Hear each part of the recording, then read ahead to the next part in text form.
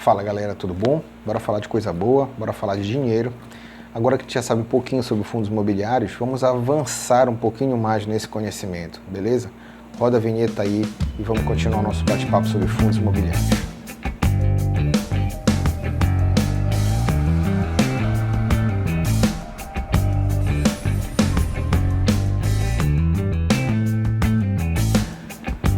Fala galera, então, se vocês estão gostando do canal, estão achando que as informações são importantes, vocês acham que mais pessoas deveriam ter esse tipo de conhecimento, compartilhe esse vídeo, né? Curte o canal principalmente, para que a gente consiga continuar esse processo e trazer conteúdos novos para o maior número possível de pessoas.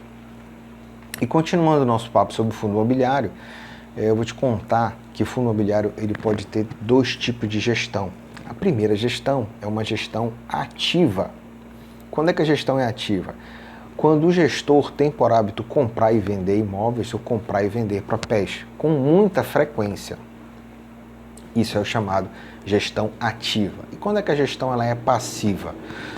Normalmente a gente não tem essa figura de comprar e vender com frequência. Exemplo, você pega um fundo de agências bancárias. Os bancos não costumam abrir agência todos os dias. Então, o fundo normalmente tem aquele número determinado de imóveis e dificilmente acontece de ter uma compra de uma nova agência ou a venda de uma agência. Isso não é comum, mas pode acontecer. Tá? Um exemplo de gestão ativa, digamos que eu tenho um fundo de papéis e aí o gestor acha interessante comprar e vender aqueles papéis para tentar pegar um spread melhor ou dividir o risco, enfim. Então, esse seria um exemplo de gestão ativa. E imposto, gente? Será que fundo imobiliário paga imposto? Existe um dispositivo legal que isenta o fundo imobiliário do pagamento de PIS, COFINS, imposto de renda e contribuição social. Como é que funciona isso? Eu preciso que na composição dos fundos, tá, os cotistas, eu não tenha nenhum cotista que tenha 25% ou mais das cotas. Tá? Então, se todos os cotistas tiverem menos de 25% do fundo, esse fundo ele é isento de PIS, COFINS, imposto de renda e contribuição social. Né? Isso é a questão tributária para a pessoa jurídica. E a pessoa física paga imposto? Também tem um dispositivo legal que te ajuda nisso. Se você tiver menos de 10% dos fundos, das cotas do fundo, você é isento do imposto de renda. Tá? Então, tem essas duas possibilidades. O fundo ele é isento quando? Quando eu não tenho nenhum cotista que tenha 25% ou mais das cotas. Você, a pessoa física, é isenta quando? Quando eu não tenho 10% ou mais das cotas do fundo. Tá? Então, isso é o que define as questões tributárias. Outra coisa que eu tenho que falar para vocês são as taxas. Então, o fundo ele tem algumas taxas a pagar. A taxa comum a todos os fundos é a taxa de administração. O fundo precisa de alguém que o administre. E eu não posso, cotista, ser administrador do fundo. Uma das obrigatoriedades do administrador é ele não ter cotas daquele determinado fundo. Então, eu preciso de um administrador externo. Normalmente, esse administrador cobra 1,5%, 2% taxa de mercado sobre a composição do fundo.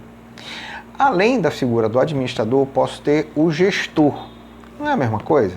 No caso de fundos imobiliários, não.